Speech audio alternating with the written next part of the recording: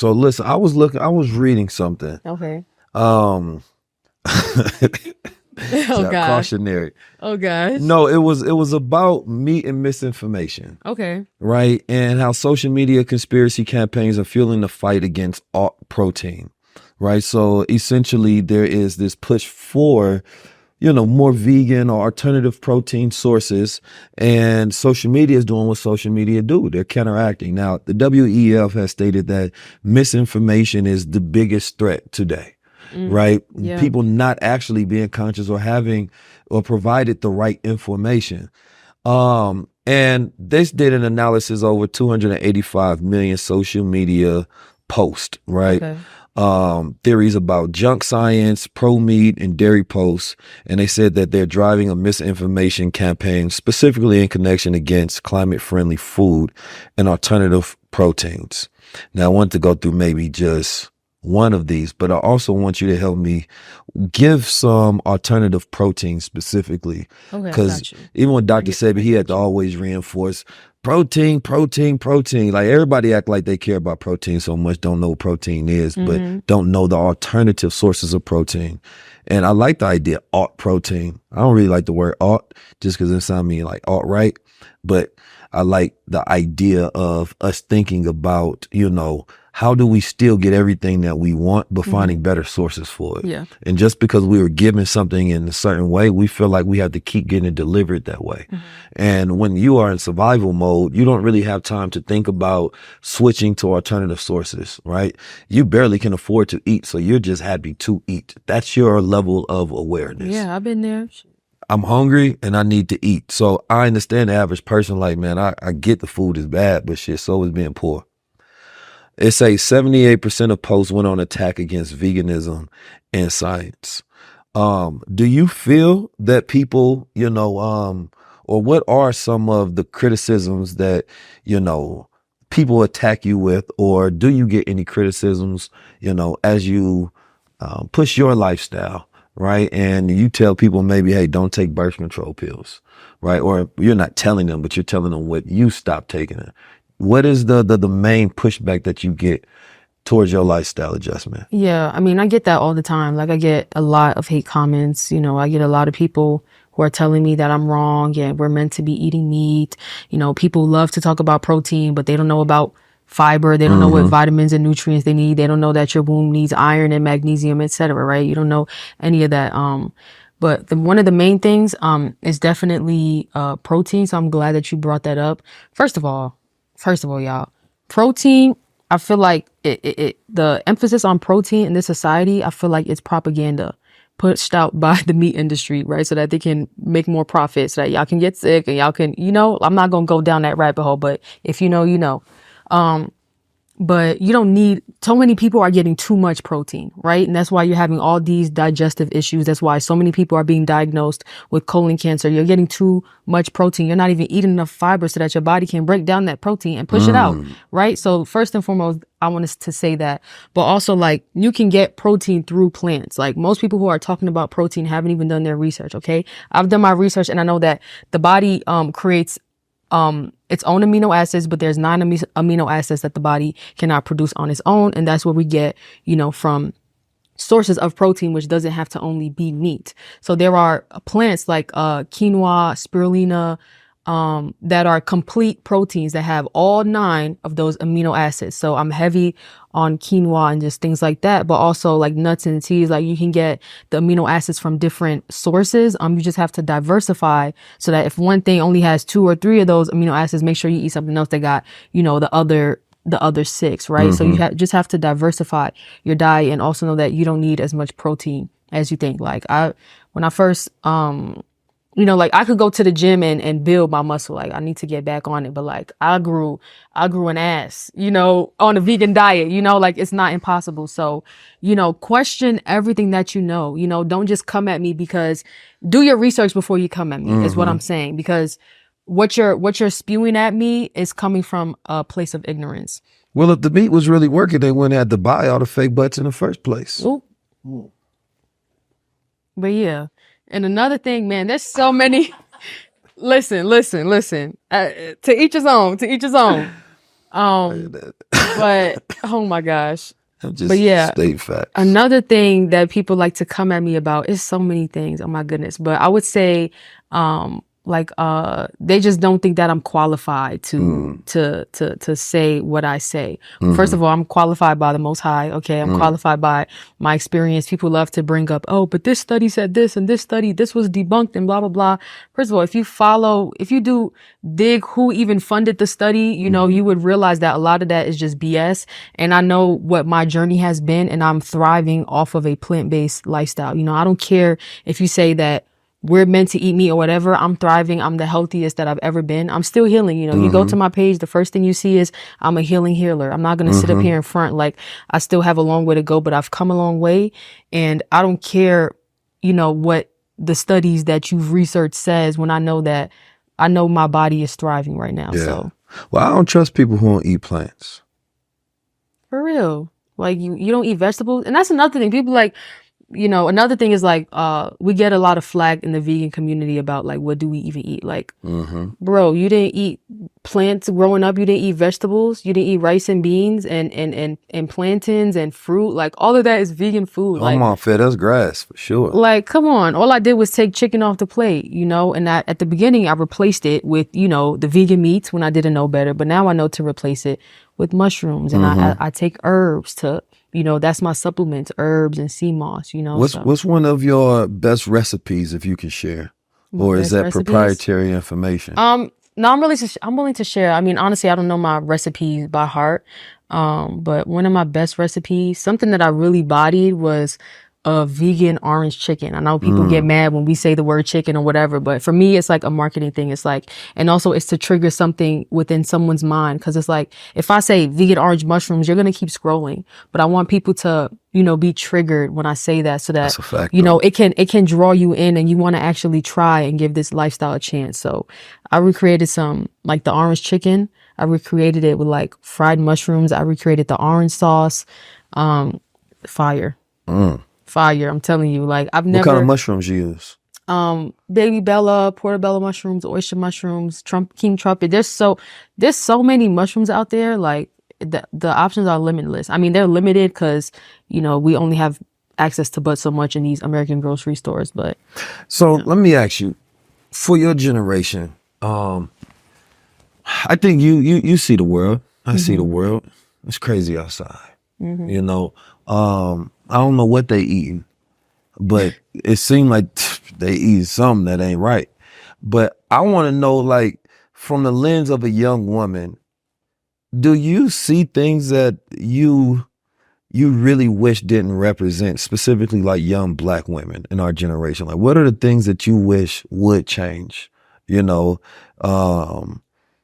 far as, this generation of young women today and what that's going to represent for women of the future? I want women to realize that they are spiritual beings. Like your womb is a portal between the realms. Like we are so powerful, and we're not raised to even know that, like Queen Afua was the first person, who introduced me to spirituality. I'm come from the hood. Like my family, we didn't have not one Bible in my house growing up. So I think we need to start speaking about the spiritual aspect. And I really need women to, create a relationship with your womb. I think we're raised to hate our womb. So many women say, I hate being a woman, when their cycle is coming, because they know that it's going to be, a terrible time, and it's like, realize what you're truly saying, because to be a woman is to be powerful, is to be divine, and, create a relationship with your womb. Like part of my healing journey for me was to literally like talk to my womb. Like I had to, like, she has an energy of her own, and I started to talk to my womb, and I had to apologize because of the things that I was doing to put her in a toxic state. It's like, don't get mad that, you have cramps every time your period comes. Recognize the lifestyle choices that you are making that gives you cramps in the first place, because that shit is not normal. We're raised to believe that it's normal. You're going to suffer every single month. You're going to bleed heavy, buy these tampons, even though they have chlorine in them. I could go, like I said, I could go down a rabbit hole. So what's the alternative, number one, not to cut your wisdom, but you said tampons, because we talked about birth control, right? Talk about cycles and things of that nature. And the tampon issue, I know a lot of women want to go to vegan source tampons or some that are organic, right? So what is, your alternatives, and what have been some of those issues, if you don't mind sharing? No, I don't mind sharing at all. Like, this is literally, I live for this. Like, Yeah. I live for this. I discovered my purpose by going vegan. So I don't mind talking about it at all. Tampons, I used to love tampons, honestly, but they are just not natural. Like, you're just literally sticking a wad of cotton, I'm sorry, inside of your vagina. And then it's like, there's toxins in, even if you, I don't know, I don't trust these people, even if it's, even if it's organic or whatever, like, it's still just completely unnatural. What I do, I know it doesn't align with every woman's lifestyle, but what I started to doing and what I started to do and I noticed a drastic change in my menstrual cycle was free bleeding. And this, I get a lot of controversy on my page and a lot of hate on my page for that, because I would speak about free bleeding, and so many women What's and free men bleeding? too think it's disgusting. Free bleeding is abstaining from any menstrual products. So when my cycle would come on, I would just, I would be in the house, I have a black towel that I sit on. I don't use tampons or pads or any of that.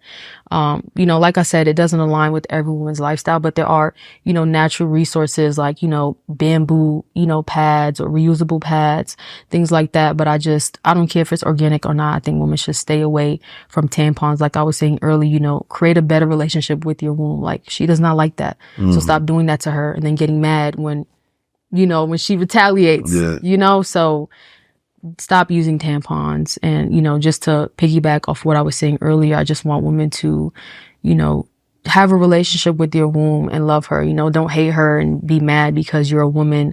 And I think that's just going to lead us in the right direction, because like we create life, when your womb is in a toxic state, your child is going to come out, unhealthy. That's why we have all these children, being born, with illnesses already. You fresh out the womb and look at your skin. It's because the state, not just the woman, okay, the fathers too, because it's 50-50, but healing starts in the community. Like, when a woman heals, she goes back and she heals her community, so I think it needs to start with us, and then the men are gonna, I don't want to say follow our lead, because I believe men are the leaders, but like I said, when we go back, we go back and heal our community. So just treat your womb better, and she'll treat you better. Well, I definitely want to thank you. Thank you for sharing your information. Thank you for sharing your presence, your vulnerability, your knowledge. And I definitely want more people to tap into your journey. I've been intentional about talking to women this year. And the only reason I hadn't at first is just because my Rolodex is filled with men that is easy for me to just call, converse. Yo, you trying to pull up? You trying to have a high level?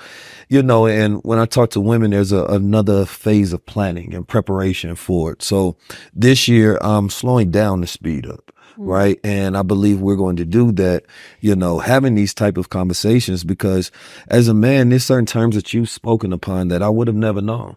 Right. And I think there's a level of empathy that happens when we think about, the cycles of a woman. Right. They're going to come. The moon, as soon as that moon shines, letting you know something is happening with our women. And every single month you all are constantly getting that. But I can imagine the frustration of you having to be in the household, especially if you're the only woman in the household, you're going through that alone. And nobody can help you, right? So that's why cultures have always had practices with sometimes, there's special accommodations or there's separation. And our culture don't have none of that, like there should be time off for women, I believe, even as they have in their periods and things of that nature. But our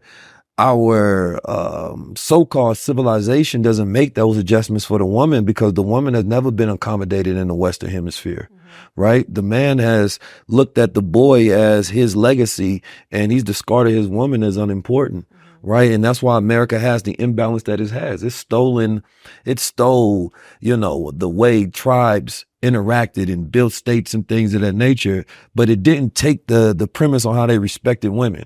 So when they stole the knowledge from African civilizations or Native American civilizations, they never took the reverence that we had towards our woman. And that's why they always discarded her as last. And that's why there's this fight against white patriarchal intellect and enterprise and, his mindset and his history, because that you're not represented in it. So how could you want anything else but to want it too far? Right. And that's where black men had these conversations and be like, wait a minute, hey. Yeah, I'm not them. You feel me?